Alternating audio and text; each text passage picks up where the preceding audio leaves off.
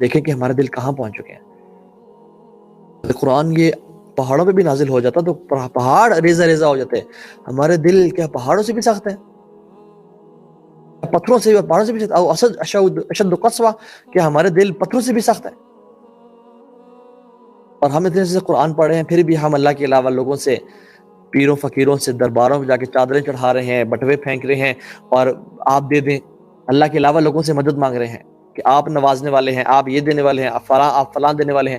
لا الہ الا اللہ، صرف اللہ ہی شفا دے سکتا ہے، صرف اللہ ہی اولاد دے سکتا ہے، صرف اللہ ہی رزق دے سکتا ہے، اللہ کے علاوہ کوئی مدد کے لائق نہیں ہے۔ یہ ان لوگوں کو بھی، کفار مکہ کو بھی، قریش مکہ کو بھی سمجھ آ گئی بات، لیکن ہم جو کہ صدیوں سے مسلمان ہیں، ہمارا آباء و اجداد مسلمان، ہمیں باتیں سمجھ نہیں آئی۔ اور تو جب یہ نیوز ملی تو خباب ابن الارت کمرے سے باہر آ گیا اور عمر بن خطاب کو کہا کہ عمر، اگر آپ اسلام قبول کرنا چاہتے ہیں تو اللہ کے نبی صلی اللہ علیہ وسلم کے پاس چلے جائیں۔ رسول اللہ صلی اللہ علیہ وسلم اپنے چند صحابہ کے ساتھ ایک ہائیڈ آؤٹ میں تھے، ارقم ابن الارقم، یہ دار الارقم جس کو بولا جاتا ہے، یہ ارقم ابن الارقم کا گھر تھا جو کہ صفا جو ماؤنٹین ہے اس کے بالکل بیس میں تھا۔ وہاں پہ اللہ کے وسلم اپنے صحابہ کے ساتھ وہ پناہ گاہ تھی اور وہاں پہ اپنے دین کی دعوت کا سلسلہ، صحابہ پہ قرآن پڑھتے، ان کا تزکیہ کرتے، آپس میں دین سیکھتے اور سکھاتے، اور وہاں پہ چھپے ہوئے تھے۔ تو عمر بن خطاب رضی اللہ تعالی عنہ وہ وہاں سے نکلے اور جا کے دروازہ نوک کیا، اور لوگ حیران، صحابہ حیران کہ اس گھر کا دروازہ بھی کیسے نوک ہو رہا ہے اتنے آکورڈ اور ٹائم پہ، کون آیا ہوگا؟ اور جب انہوں نے وہ ہول سے دیکھا کہ یہ کون شخص دیکھا، عمر بن خطاب، تو سارے everyone was petrified, everybody was in fear کہ ان کو کیسے پتہ چل گیا اس گھر کا، یہ کیسے آ گئے یہاں پہ؟ اور آخر عمر کا ایک روب اور ہیبت تو ہے، تو اللہ کے بھی یا رسول اللہ عمر، تو حمزہ بن عبد المطلب جو کہ بڑے دلیر انسان تھے، وہ اٹھے، انہوں نے کہا یا رسول اللہ صلی اللہ علیہ وسلم let him in, I'll look him, I'll see him what he has to say۔ اگر وہ کسی اچھی انٹینشن کے ساتھ آیا تو he is welcome، لیکن اگر وہ کسی ایول انٹینشن کے ساتھ آیا ہے تو he will not be welcome، and ہم اس کا مقابلہ کریں گے۔ اور عمر بن خطاب رضی اللہ تعالی عنہ جب داخل ہوئے تو اللہ کے نبی صلی اللہ علیہ وسلم آئے اور ان کی گریبان سے پکڑا اور قریب کیا اور کہا عمر، کیا اب وہ ٹائم آ نہیں گیا کہ تم یہ پہچان لو کہ اللہ کے علاوہ کوئی عبادت کے لائق نہیں ہے اور میں اللہ کا رسول ہوں؟ تو عمر بن خطاب نے کہا جی میں اس لیے تو حاضر ہوا ہوں، اشہد اللہ الہ الا اللہ و اشہد انک رسول اللہ۔ And to their surprise and shock کہ عمر نے اسلام قبول کر لیا، عمر جو کہ اسلام سے اتنی نفرت کرتے تھے، everybody was baffled, everybody was shocked and everybody said اللہ اکبر اللہ اکبر اللہ اکبر، اور دار الارقم سے تکبیرات کی آواز گونجنے شروع ہو گئی، اللہ اکبر۔ and this was the moment everybody lost their mind، وہ بھول چکے کہ ہم ہائیڈ آؤٹ میں ہیں اور لوگوں کو نہیں معلوم، بس they were saying اللہ اکبر، اتنی بڑی نیوز کہ عمر بن خطاب اسلام قبول کر لیا۔ اب یہ عمر کا تو دین ہے نا، عمر's اسلام was honor, his migration was victory and his خلافہ was a blessing۔ عمر بن خطاب رضی اللہ تعالیٰ عنہ نے اللہ کی وسلم فرمایا یا رسول اللہ صلی اللہ علیہ وسلم، کچھ ہی مومنٹس گزرے ہیں اسلام میں، اور فرمایا یا رسول اللہ صلی اللہ علیہ وسلم aren't we on the truth، کیا ہم حق پہ نہیں ہیں، کیا ہم صحیح راستے پہ نہیں ہیں؟ اور وہ جو کفار ہیں they are on the falsehood، کیا وہ غلط، کیا وہ گمراہی کے راستے پہ نہیں ہیں؟ تو اللہ نے فرمایا جی عمر ایسی بات ہے، ہم حق پہ ہیں اور وہ کفار غلط راستے پہ ہیں۔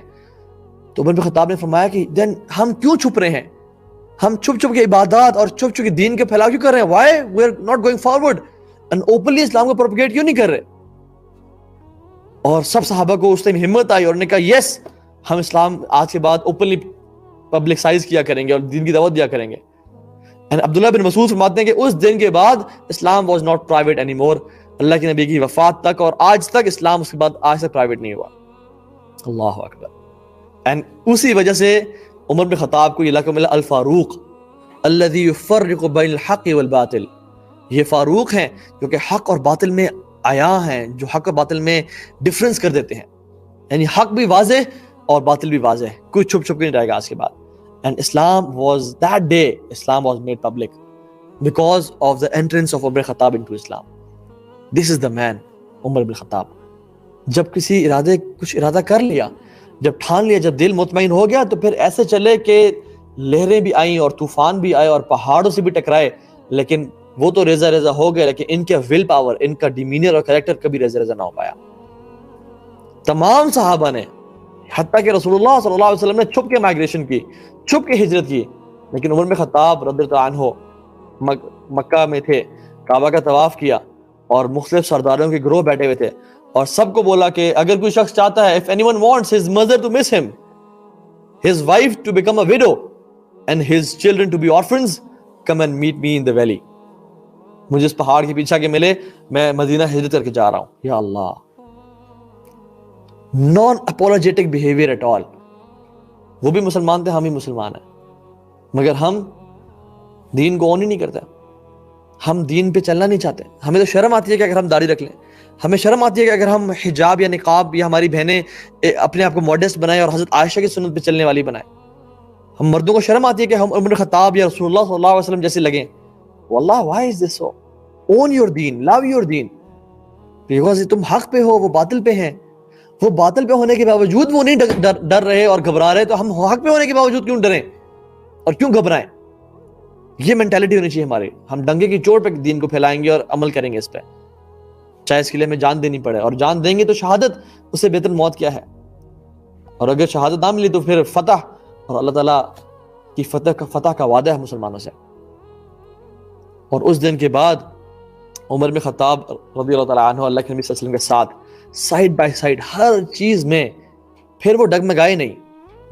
بدر میں ساتھ، احد میں ان کے ساتھ، خندق میں ان کے شانہ بشانہ، فتح مکہ میں رسول اللہ صلی اللہ علیہ وسلم کے ساتھ، he was there in every campaign۔ انہوں نے پھر قل ان الحیاتی ونسکی ومحیای ومماتی للہ رب العالمین، کہہ دیجئے کہ میرا جینا، میرا مرنا، میری زندگی، میری قربانی، میرا سب کچھ اللہ تعالیٰ کی رضا کے لیے ہے، اللہ تعالیٰ کی ذات کے لیے ہے۔ وہ عمل والے لوگ تھے، واللہ وہ دین کو اون کرنے والے تھے۔ They were the advisors of the Prophet صلی اللہ علیہ وسلم۔ ابو بکر and Umar they were advisors۔ جب بھی رسول اللہ صلی اللہ علیہ وسلم کا پوچھتے تھے کہ اللہ کے نبی کہاں ہیں، کہا جاتا عمر اور ابو بکر کے ساتھ ہوں گے یا ان کے گھر میں ہوں گے۔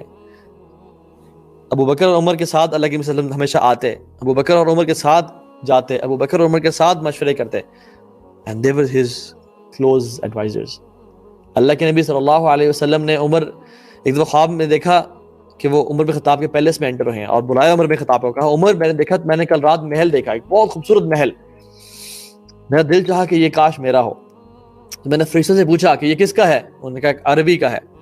اللہ نے کہا میں عربی ہوں۔ تو انہوں نے کہا کس کا ہے؟ انہوں نے کہا قریشی کا ہے۔ انہوں نے کہا میں قریشی ہوں۔ تو فرشتے سے پوچھا کہ کس کا ہے؟ انہوں نے کہا قریش میں سے بنو ہاشم کا ہے۔ اللہ کے نبی کہا میں ہاشمی ہوں۔ تو فرمایا کس کا ہے؟ انہوں نے کہا عمر بن خطاب کا ہے۔ تو اللہ کے فرمایا کہ میرا دل چاہا کہ میں اس کے اندر جاؤں اور عمر، لیکن مجھے تمہاری غیرت یاد آ گئی اور میں اس کے اندر نہیں گیا۔ عمر بن خطاب نے سنا تو انہوں نے کہا یا رسول اللہ آپ سے غیرت، آپ سے غیرت، آپ سے غیرت، آپ جاتے ہمارا سب کچھ آپ کا ہے۔ رسول اللہ صلی اللہ علیہ وسلم نے ایک دفعہ خواب میں دیکھا کہ وہ ملک پی رہے ہیں، دودھ پی رہے ہیں، اور پھر ابو بکر صدیق کو پاس کیا اور پھر عمر بن خطاب کو پاس کیا، تو عمر بن خطاب نے بہت ڈھیر سارا پیا۔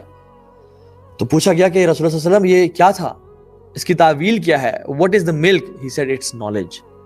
It's knowledge. اللہ کے نبی صلی اللہ علیہ وسلم فرمایا کہ پچھلی قوموں میں، پچھلی امتوں میں کچھ ایسے لوگ تھے جو کہ انبیاء نہیں تھے، لیکن وہ بولتے ایسا تھے کہ جیسے پروفٹس بولتے ہیں، اور میری قوم میں، میری امت میں، امت محمدیہ میں عمر بن خطاب نبی تو نہیں ہے، لیکن جب بولتا ہے تو as if he speaks as prophets speak۔